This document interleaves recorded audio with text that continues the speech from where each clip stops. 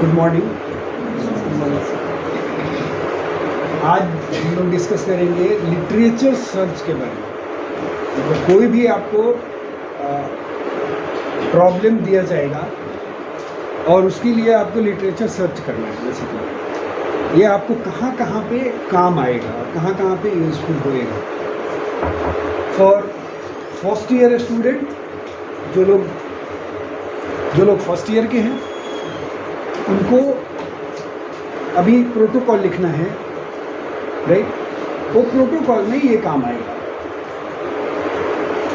Protocol लिखना है, ethical का क्लियरेंस लेना है।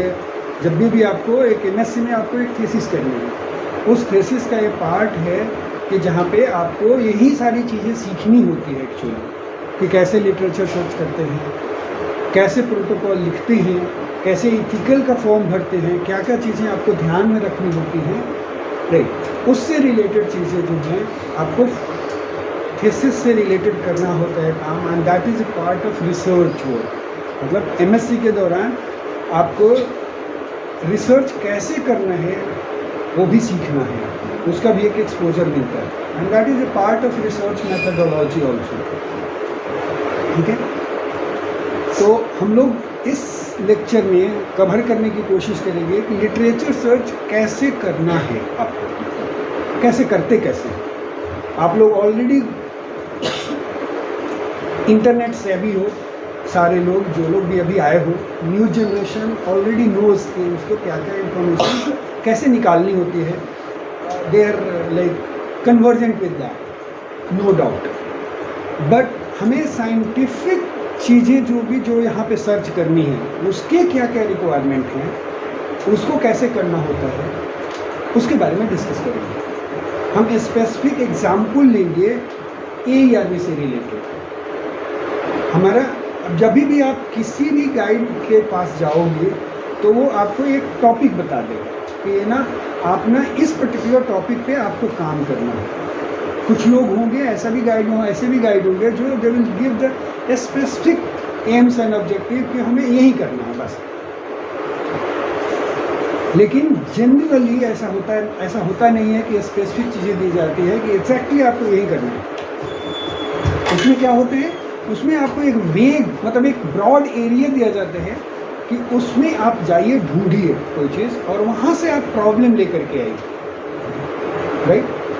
कि जो प्रॉब्लम अभी तक अनसॉल्व्ड हो, जिसका आंसर एग्जिस्ट नहीं करता, या यदि आंसर है तो देयर इज सम लैकुना, मतलब कोई ना कोई उसके साथ प्रॉब्लम है, जहाँ पे आप फील करते हो कि there is some issues which issues you can resolve. ठीक है, तो इसी टाइप से कोई भी एक टॉपिक आपको दिया जाएगा जिसके ऊपर आपको लिटरेचर सर्च करना होगा। यहाँ पे जो मैंने एग्जाम्पल लिया है, इस रिसर्च का एम क्या है, एम्स एंड ऑब्जेक्टिव क्या है, मैं चाहता क्या हूँ बेसिकली, वो ये चाहता हूँ कि AERB का गाइडलाइंस जो है, क्या AERB के पास कोई स्पेसिफिक गाइडलाइंस है न्यूक्लियर मेडिसिन फैसिलिटी से रिलेटेड, जिसके बारे में लेआउट और रेडिएशन प्रोटेक्शन स्टैंडर्ड्स की बात करी गई है। ठीक है, ऐसा कोई गाइडलाइन जिसमें लेआउट की बात करी गई हो, रेडिएशन प्रोटेक्शन स्टैंडर्ड्स की बात करी गई हो, और वो AERB से ही रिलेटेड हो, मेरा ये गोल है। इसके बारे में मुझे लिटरेचर सर्च करना है। और स्पेसिफिकली मैं क्या चाहता हूँ कि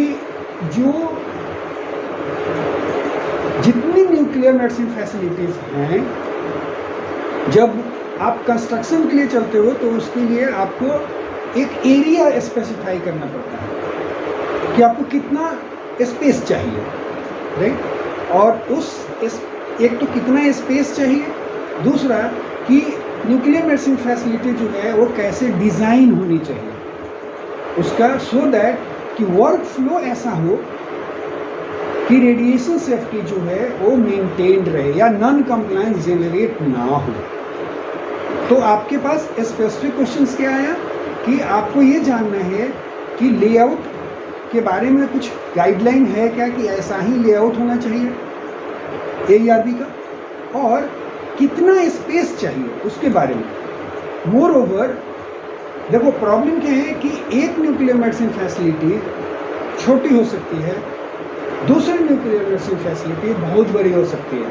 जैसे फॉर एग्जांपल एक न्यूक्लियर मेडिसिन फैसिलिटी ऐसी होगी जिसमें सिर्फ एक ही गामा कैमरा है, राइट। और एक nuclear medicine facility extreme case यदि आप देखोगे तो ऐसा है कि साइक्लोट्रॉन फैसिलिटी भी है, लो डोज थेरेपी भी होती है, हाई डोज थेरेपी भी होती है, एस्पेक्ट स्कैनर्स हैं, एक नहीं 4, 5, 6 स्कैनर्स हैं, एस्पेक्ट सीटी हैं, आपका CZT डिटेक्टर्स हैं, पेट सीटी है, आपके पास high dose low dose all therapy wards हैं, डिफरेंट टाइप्स की थेरेपीज होती हैं। उसके लिए रिक्वायरमेंट अलग अलग चाहिए, क्योंकि एक एक्सट्रीम बना, एक छोटा सा डिपार्टमेंट, एक बहुत बड़ा डिपार्टमेंट, तो दोनों में स्पेस कितना चाहिए पहली चीज़। और दूसरा, इंडिविजुअल रूम की भी कैपेसिटी मुझे चाहिए, राइट। आप समझ रहे, इंडिविजुअल रूम का डायमेंशंस चाहिए। क्या उसके लिए डायमेंशंस के लिए कुछ गाइडलाइन है क्या? वो स्पेसिफिक AERB का गाइडलाइन है क्या कि पेशेंट वेटिंग एरिया जो है उसका साइज इतना होना चाहिए? आप समझ गए, डोज एडमिनिस्ट्रेशन रूम का साइज इतना होना चाहिए, रेडियो फार्मेसी रूम का साइज इतना होना चाहिए, डिकंटामिनेशन रूम जो मुझे बनाना है उसका साइज इतना होना चाहिए। Is it there any guideline which exist related with the AERB? ये आपको मान लो जो आपका सुपरवाइजर जो है वो एक प्रॉब्लम देता है कि आपके लिए आपको इससे रिलेटेड जो है आपको सर्च करना है। आप समझिए, सो आपको इस तरह की वेग चीज़ें मिलेंगी, पहले डिफाइंड होगा, बोलेगा जाओ आप ढूंढ के लाओ, आप जाओगे कोई चीज़ें ढूंढ करके लेकर के आओगे, आप जो समझोगे इतना पढ़ने के बाद उसके हिसाब से आप जा करके सर्च करके लाते हो। फिर वो क्या करते हैं, वो रिफाइन करते हैं, नहीं इसकी ज़रूरत नहीं थी, ये तो मुझे ऑलरेडी पता है, तुम दूसरी चीज़ लेकर के आओ, ये ठीक नहीं है, you go and do it something else, right. So अभी आपको प्रॉब्लम समझ में आ गया, राइट। वो क्या करेगा, ऐसे करके ब्रीफ कर देगा और कुछ लाइन जो होगी आपको आपका सुपरवाइजर जो है वो प्रोवाइड करेगा कि इसके ऊपर आपको लिटरेचर सर्च करना है। अब आपका काम क्या है, actually what you are looking for वो देखना है। पहला ऑब्जेक्टिव, पहला काम आपका जब भी आप सर्च करने चल रहे हो तो आपको क्या देखना है, you are looking for what, AERB के डॉक्यूमेंट्स आप देखना चाहते हो, लाइक सेफ्टी गाइडलाइंस है, AERB का सेफ्टी कोड है, ठीक है, something like this, using a specific database. देखो स्पेसिफिक डेटाबेस का मतलब क्या है यहाँ पे कि अभी जब आप सर्च करते हो, जब नेट सर्च करते हो तो ये सारे डॉक्यूमेंट्स जो हैं वो अलग अलग, उसके लिए अलग अलग डेटाबेस बने हुए हैं। जैसे मान लो कि एक डेटाबेस जो है वो गूगल का है,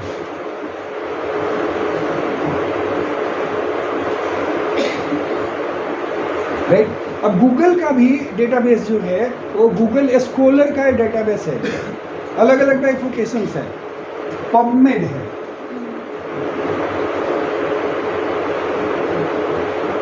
मेडलाइन है, अलग अलग आपको डेटाबेस मिलेंगे, राइट। तो व्हाट आई मीन टू, इस AERB के गाइडलाइन जो है आपको एक स्पेसिफिक डेटाबेस को सर्च करना है। इस डेटाबेस में क्या होते हैं, गूगल के पास जो डेटाबेस है वो जितने तरह के आर्टिकल्स डॉक्यूमेंट्स जो हैं उनकी रिपोजिटरी में सब कुछ स्टोर्ड है। तो जैसे आप क्वेरी लिखते हो वो जाकर के पहले उनके डेटाबेस को स्क्रीन करता है और वहाँ से जो कीवर्ड्स मैच करते हैं जो आप वहाँ पे लिखते हो ये सर्च कर रहे हो, उससे रिलेटेड जो डॉक्यूमेंट जो है उसके लिस्ट जो है प्रोवाइड करता है। नाउ उसमें से आपको फिल्टर करना पड़ता है कि आपके काम के कौन कौन से डॉक्यूमेंट्स हैं, ठीक है। तो आपको एक तो स्पेसिफिक डेटाबेस की बात देखनी है, यूजिंग ए स्पेसिफिक डेटाबेस आपको ये फाइंड करना है कि AERB का कोई सेफ्टी डॉक्यूमेंट्स है क्या। और अगेन वही वाली बात, जो आपको मेन गोल जो वर्बल बोला है, लिखा नहीं है यहाँ पे, देखो कि उसका रिक्वायरमेंट क्या, आपके सुपरवाइजर ने क्या बोला, उसको क्या चाहिए एक्चुअली में, स्पेसिफिक डायमेंशन चाहिए रूम का। अलग अलग रूम का चाहिए, बड़ा फैसिलिटी हो तो चाहिए, छोटा हो तो चाहिए, इस टाइप का कुछ भी गाइडलाइन अवेलेबल है क्या, right? Whether in terms of कोई government website specific database search करके देख लो आप। दूसरा, गवर्नमेंट का कोई वेबसाइट हो जिससे रिलेटेड कुछ ऐसी बात करी गई हो। AARB का भी अपना वेबसाइट है जहाँ पे एलोरा है, तो क्या उनके वेबसाइट पे कुछ ऐसे इंफॉर्मेशन हैं क्या रिलेटेड विद दैट? देन जो कुछ भी आपको सर्च करना है, वो सोर्स जो भी इंफॉर्मेशन ले करके आ रहे हो वो रिलायबल है क्या? रिलायबिलिटी टेस्ट बहुत इंपॉर्टेंट है। Whatever information you are bringing, whether it is reliable और नॉट। जो फर्स्ट क्लास में भी मैंने ये बात बोला था, जब आप लोगों को एक सर्च करने के लिए दिया था तो कुछ स्टूडेंट्स लेकर के आए थे, तो पहला स्टूडेंट की जो कॉपी मैंने एग्जामिन की थी तो वहाँ पे एक क्वेश्चन रेज किया था कि can I verify it whatever information you are giving it to मी।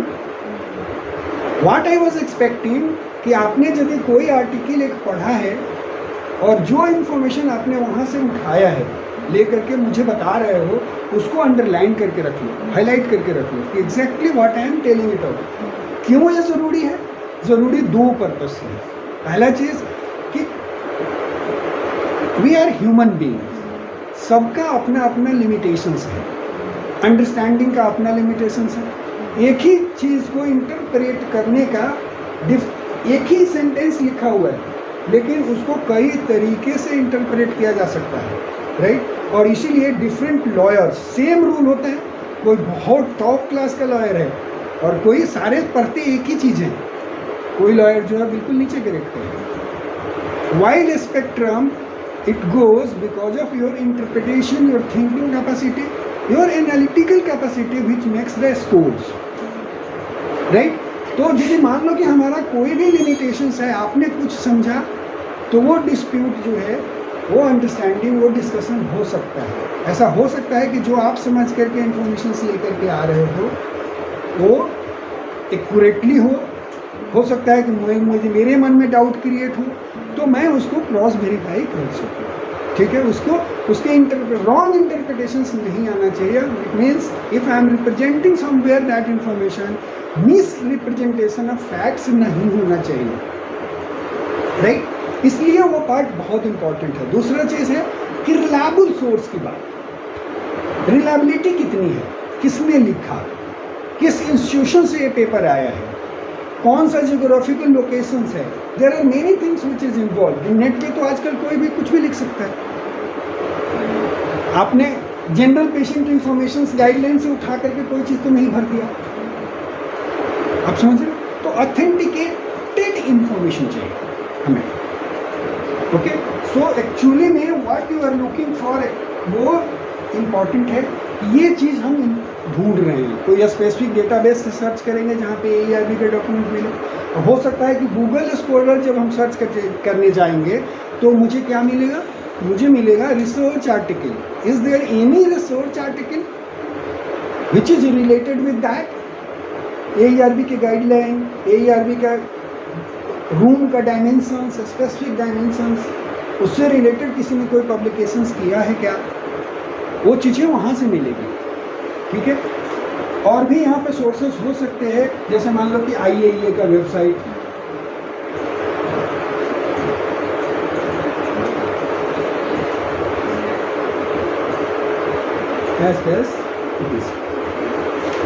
और भी चीज़ें आ सकती हैं।